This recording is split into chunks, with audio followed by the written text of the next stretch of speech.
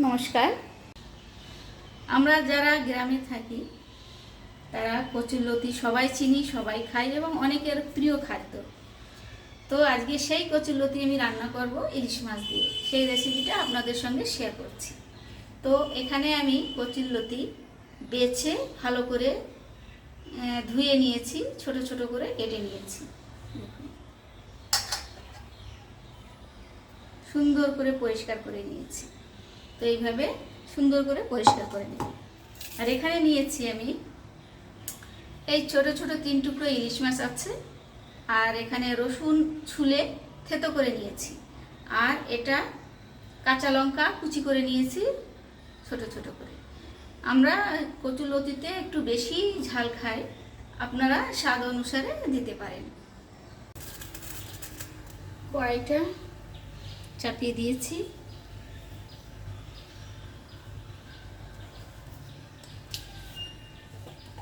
কড়াইটা গরম হয়ে গেলে একটু সর্ষের তেল দিয়ে দেব।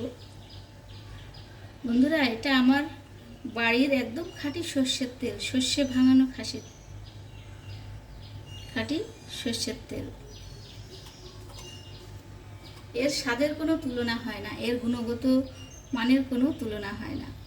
আপনারাও চেষ্টা করবেন তেল না কিনে ডাইরেক্ট শস্য কিনে রাখবেন, তাতে আপনাদের লাভও হবে আর খাঁটি জিনিসটাও আপনারা খেতে পারবেন।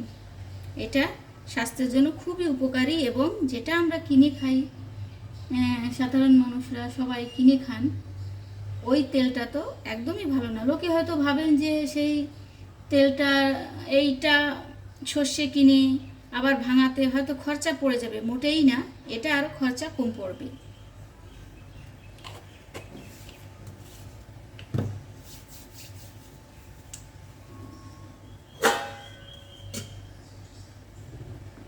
আসলে তেলটা গরম হয়ে গেছে। এবার আমি এখানে কটা জিরে দিয়ে দেব।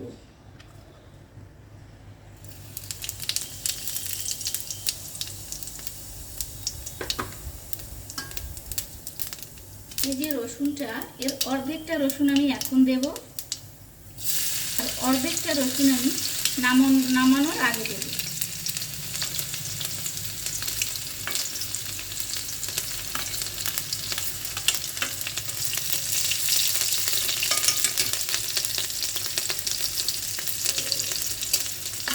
এর মধ্যে মাছগুলো দিয়ে দেব।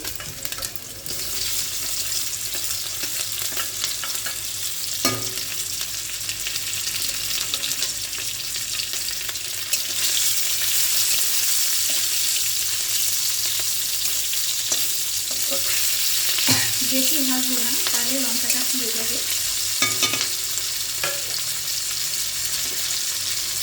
এর মধ্যে আমি কচুরলতিগুলো দিয়ে দেবো।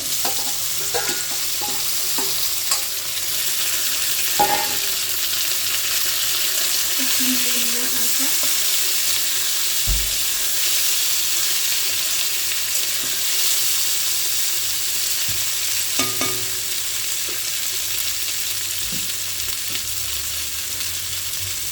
ভাতটা হয়ে গেছে, সরিয়ে নিই।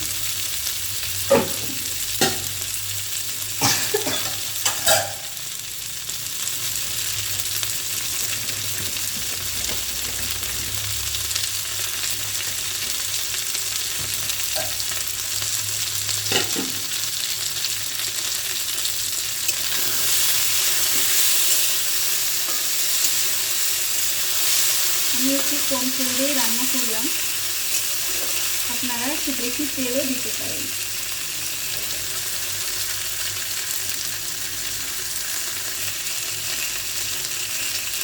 এখন স্বাদ অনুসারে লবণ দিয়ে দিলাম।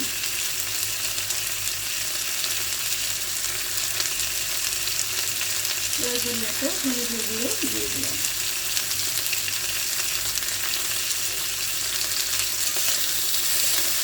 খুব স্লো ফ্লেমে এটা রান্না করতে হবে, না হলে পুড়ে যাবে, স্বাদটা খারাপ হয়ে যাবে।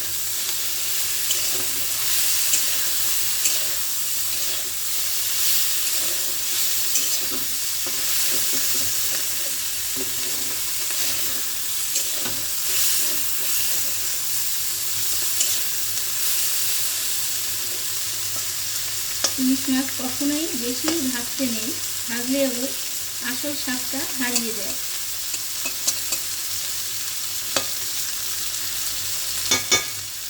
ফ্লেমটা স্লো করে দেব, দিয়ে 2 মিনিটের জন্য ঢেকে দেব। 2 মিনিট হয়ে গেছে, আমি আর একবার চেক করে নেব।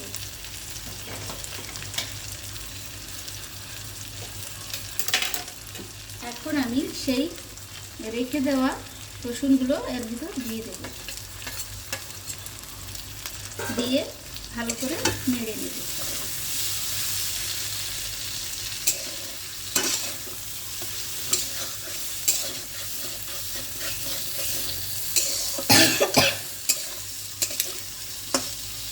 যেহেতু রেকর্ডিং করছি, আমি চিমনিটা চালাতে পারছি না, ওর জন্য মাঝে মাঝে আমার একটু কাশি হচ্ছে।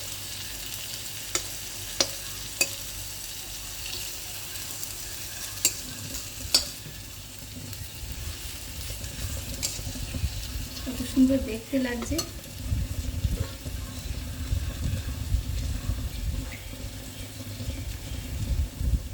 মাছ মাখিয়েছিলাম, সেই জলটা পাত্রটা দিয়ে আমি দিয়ে দিলাম।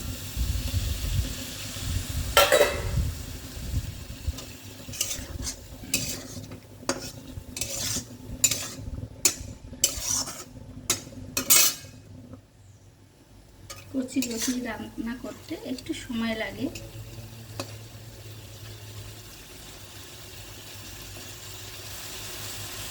সবসময় চেষ্টা করবেন মাছগুলো এভাবে কচি কচি উপরে দেওয়ার।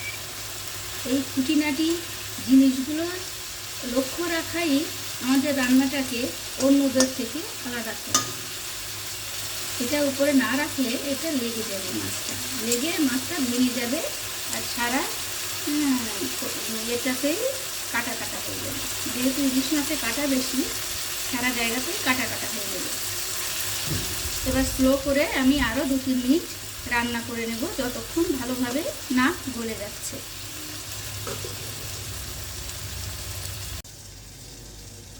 2 মিনিট হয়ে গেছে, এবার আমি চেক করে নেব।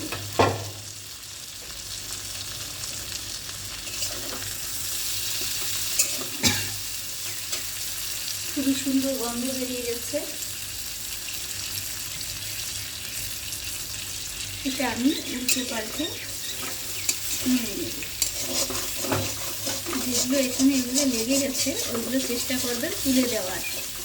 এই যে এগুলো চেষ্টা করবেন তুলে দেওয়ার, তাহলে এগুলো আর পুড়ে যাবে না।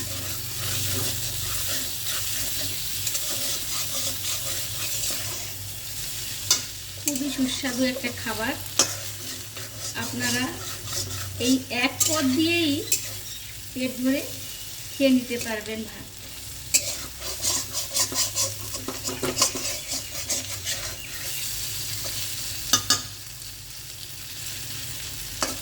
কচি লতিতে সবসময় একটু ঝাল বেশি দিতে হয়। অনেক সময় দেখা যায় কচিতে হালকা হালকা গলা ধরছে, সেই গলা ধরাটা এই ঝালে ঢেকে যায়, যার জন্য কচি লতিতে একটু ঝাল বেশি দেওয়া হয়। আরও 2 মিনিট ঢেকে রান্না করে নেব। এবার মনে হচ্ছে হয়ে গেছে। হ্যাঁ, খুব সুন্দরভাবে গলে গেছে জিনিসটা। এবার হয়ে গেছে, এবার আমি এটাকে নামিয়ে নেব। খুব সুন্দর হয়েছে।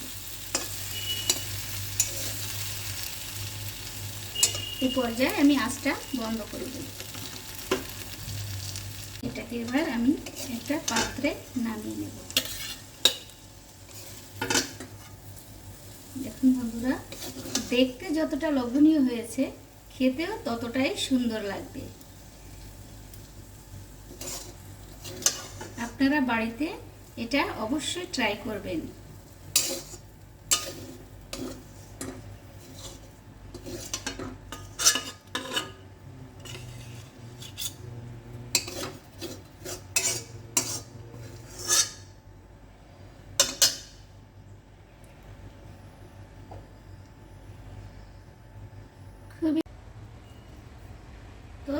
ফাইনাল লুক এটা। দেখতে যতটা লোভনীয় হয়েছে, খেতেও ঠিক ততটাই সুন্দর লাগবে। তো আপনারা বাড়িতে অবশ্যই ট্রাই করবেন ইলিশ মাছ দিয়ে কচুরলতি ভাজা। তো আজকে এই পর্যন্ত, নমস্কার।